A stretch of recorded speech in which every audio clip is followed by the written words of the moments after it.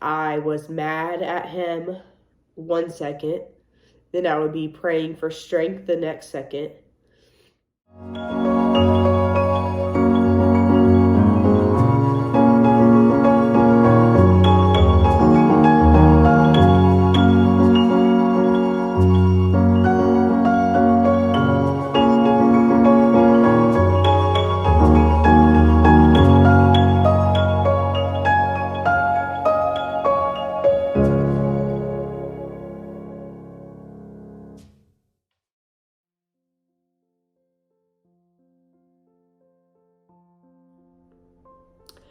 Hey, I'm Haley. Welcome to my channel. Today I want to share my testimony with y'all and how the last 2 years has really changed my life. So starting off, I was raised in a Christian home. We went to church for about the first half of my life, and but kind of stopped near middle school. In high school, I really started questioning on if he was real or not, but I didn't express those concerns to anybody. I just kept them to myself.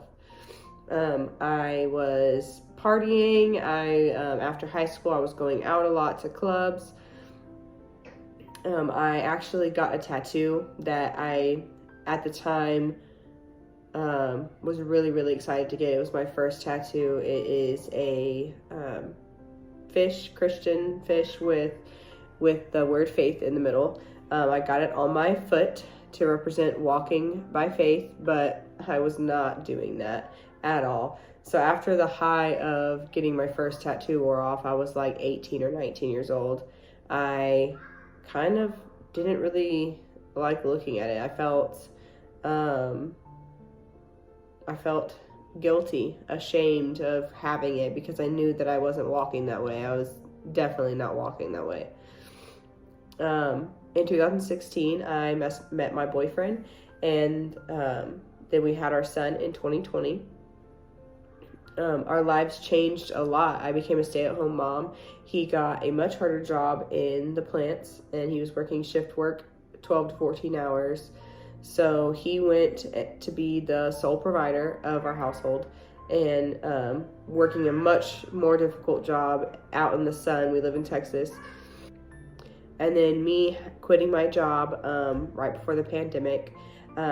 Originally, I planned on quitting, but I thought I would be able to go up there. I worked at a daycare, so I thought I'd be able to go up there and talk to the girls that I had been friends with for the last almost 3 years. But that didn't happen. My son did not sleep, so I had severe sleep deprivation. So a lot of changes on both of us, and that caused a lot of stress. So I had nothing to do all day, and I started looking at videos and things on relationship help, and a lot of things about how God designed a relationship and marriage to be was popping up, and so it made me interested. And around that same time, my boyfriend and my dad both got invited to the same church from completely different people, and so we all decided to go.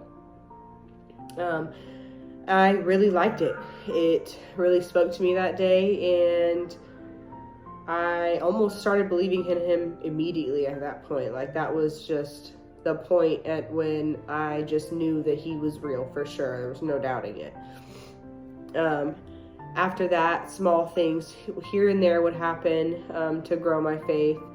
I started listening to sermons that my pastor had on his on the church's app whenever I wasn't at church. So that was at the end of 2020. And then February 2021, we found out we were expecting again.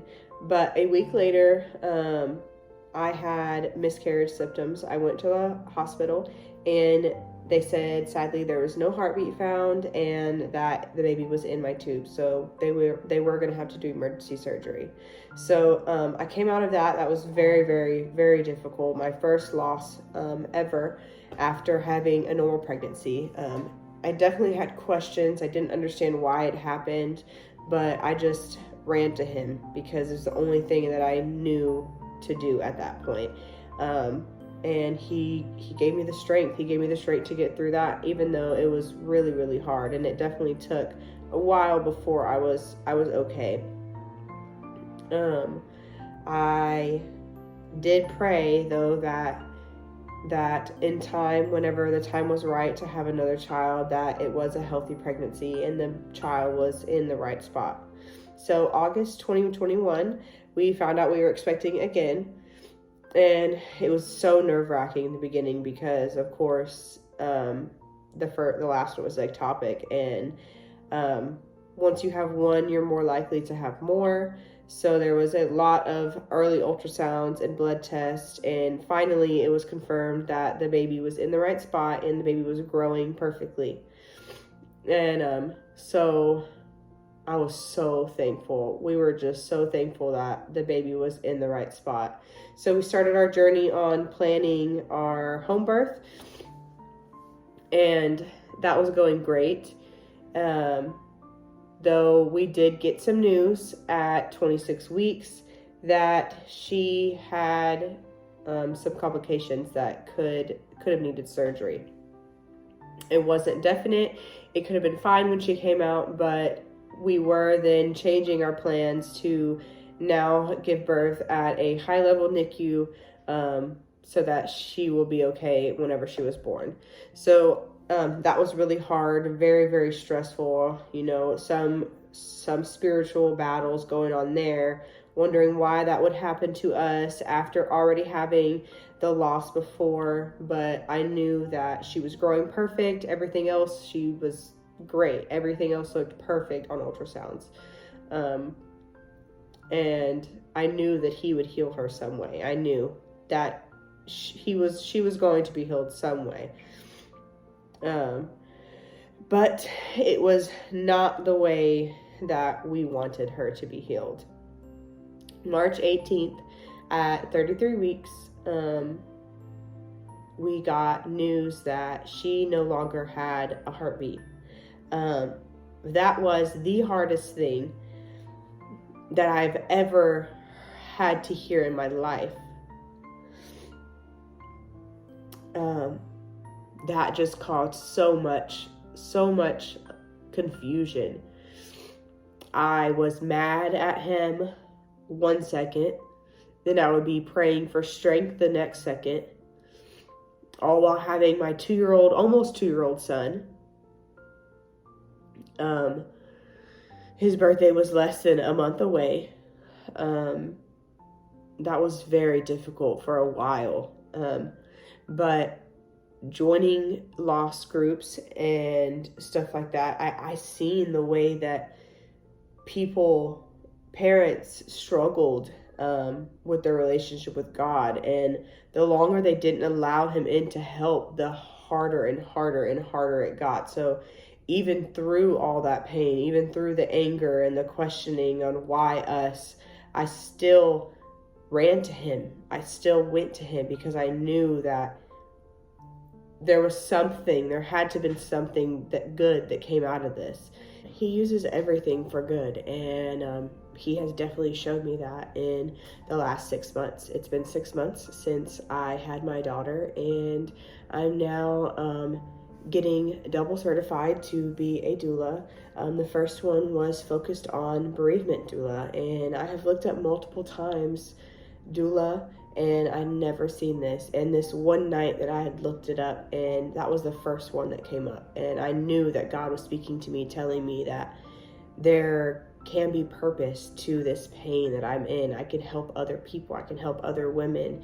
If they have to go through this, that somebody is there to guide them and help them that has been through it. The other thing is, since then, I really think that I would not be on the path that I am in my relationship with God, would not be like this. I think I would have, if she would have been saved, as much as I wish that she was here, like more than anything, I wish that she was here with us. But I don't know, like he used her life and her death to save me. And now I try my best to be my best for him, though knowing that when I do fail, that he's still there. And when I do question him, he's still there. And my life is saved eternally because of him. And if she wouldn't have passed away, I think I would have just thanked him, and it would have went back. It would have went back to the same as when I found out it was an ectopic. Thanked him and been so grateful, but then just not really did much about it. I've also, he's given me answers, so many answers through my own searches when the doctors couldn't really give me answers on why this happened to her. And now I am able to inform parents and let them know the things that I know, let them know that there are ways to save our babies. And I wouldn't have known that. I wouldn't be able to put the word out there that there are ways to help. There are ways to save these babies. And I'm so grateful that I have the opportunity to do this. And 6 months later, yes, I have days where it is hard, but it is so much better. August 14th, I got baptized. The greatest feeling in my life to get baptized and show my whole church that I am trying to walk in obedience with the Lord. And that's part of the reason why I want to put that out here today, because I want to show that he is good. He gives you good things, and he helps you. He gives us strength, and we do need him. We need him. So if you're seeing this today, I really think that you are meant to see it. And whatever you're going through in your life, whatever hard struggle you're going through, he can help. Open up his word, find a sermon online, put some worship music on. Like, that helps me so much. I get so many answers. But the things that he has shown me, the things that he's done in my friends' lives and my family's lives, it's just big and small.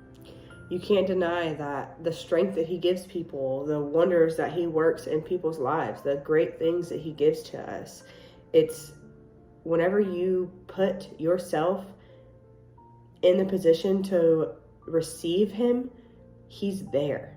So that's it. That's my testimony so far. He's still working in ways in my life. He's still doing wonders.